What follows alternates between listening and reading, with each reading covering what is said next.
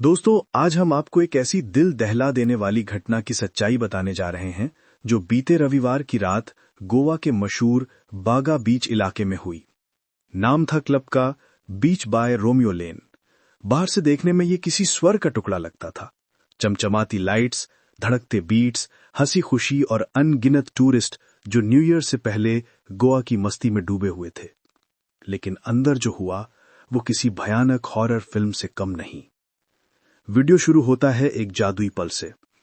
Stage पर एक खूबसूरत महिला डांसर पूरी तल्लीनता से परफॉर्म कर रही है। उसके साथ आर्टिस्ट्स ड्रम और गिटार बजा रहे हैं। डांस फ्लोर पर सैकड़ों लोग झूम रहे हैं। विदेशी टूरिस्ट, लोकल यंगस्टर्स, कपल्स, सब अपने जीवन के सबसे खुशी के पलों को जी रहे थे। माहौल में सिर्फ संगीत था, हंसी थी और वो बेफिक्री जो सिर्फ गोवा में मिलती है। फिर अचानक छत की तरफ कैमरा जाता है। पहले तो हल्की हल्की चिंगारी दिखती है, कोई नोटिस भी नहीं करता। बस एक शख्स जो स्टेज के पास खड़ा था उसे कुछ अजीब लगा। वो फौरन दौड़ा, अपना सामान उठाया और भागने की कोशिश की, लेकिन तब तक बहुत देर हो चुकी थी। महज 10-12 सेकंड, बस इतना ही वक्त लगा उस छोटी सी चिंगारी को पूरे क्लब को नर्क बना देने में। ऊपर की छत से आग की लपटें बारिश की तरह नीचे बरसने लगीं। पहले धुआं फैला, फिर आग। जो महिला भी स्टेज पर नाच रही थी उसे शायद पता भी नहीं चला कि अगले ही पल उसकी जिंदगी हमेशा के लिए बदल जाएगी।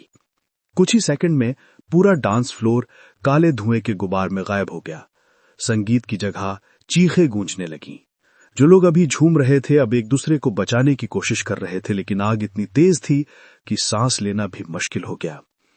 आज सुबह तक की आधिकारिक जानकारी, 25 लोगों की मौत हो चुकी है।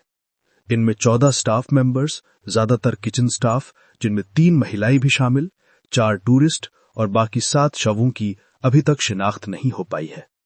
कई लोग गंभीर रूप से झुलसे हैं, उनका इलाज चल रहा है। प्रारंभिक जांच में जो सामने आया है वो और भी डरावना है। क्लब में फायर सेफ्टी के कोई इंतजाम नहीं थे। ना तो पर्याप्त एग्जिट गेट थे, न फायर एक्सटिंग्विशर, न स्प्रिंकलर सिस्टम।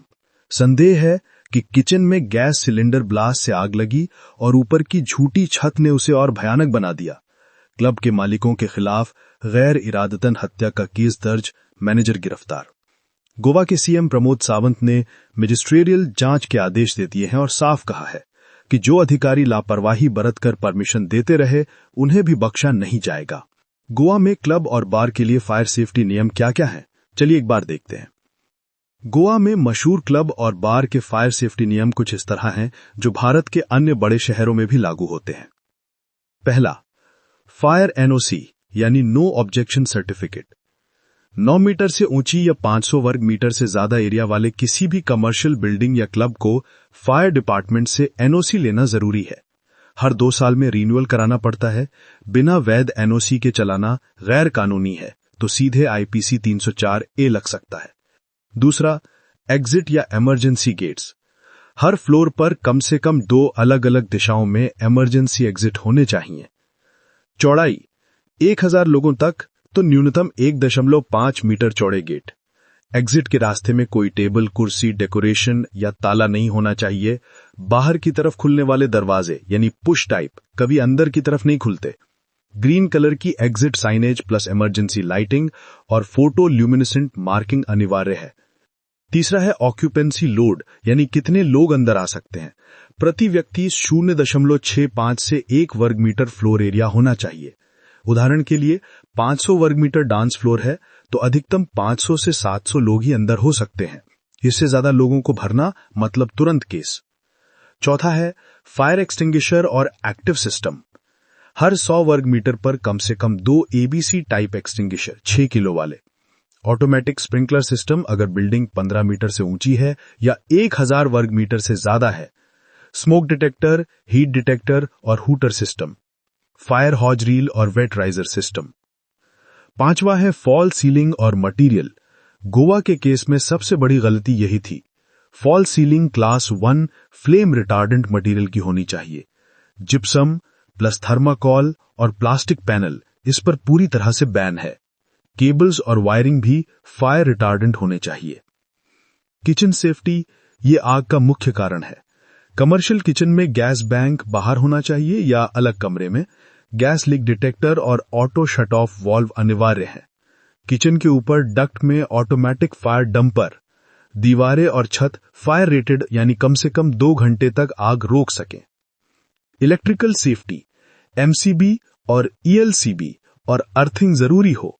ढीली वायरिंग, ओवरलोडिंग सबसे आम कारण है।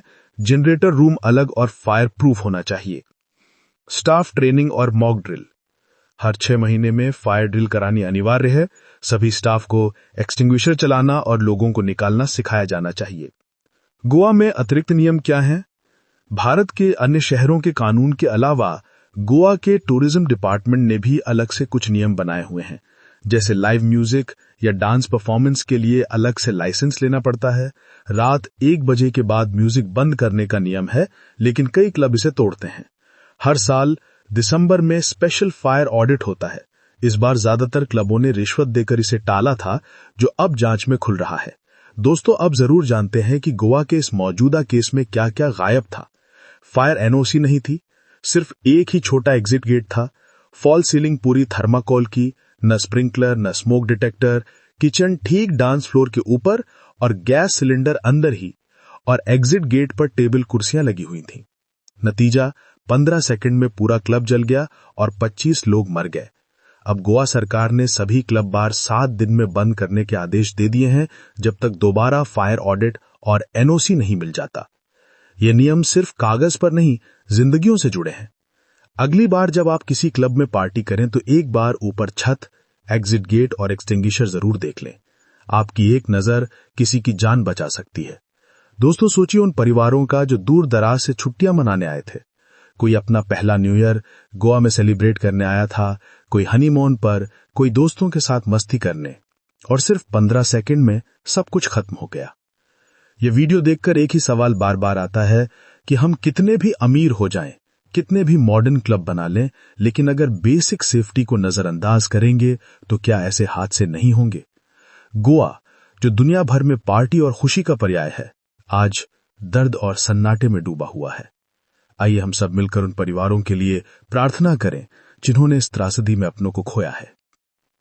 आपको क्या लगता है, क्या इस हादसे के बाद गोवा के सभी क्लब में सख्त सेफ्टी चेक्स होंगे या फिर कुछ दिन बाद सब भूल जाएंगे? कमेंट में जरूर बताएं और ऐसी खबरों से अपडेट रहने के लिए चैनल को सब्सक्राइब करना ना भूलें।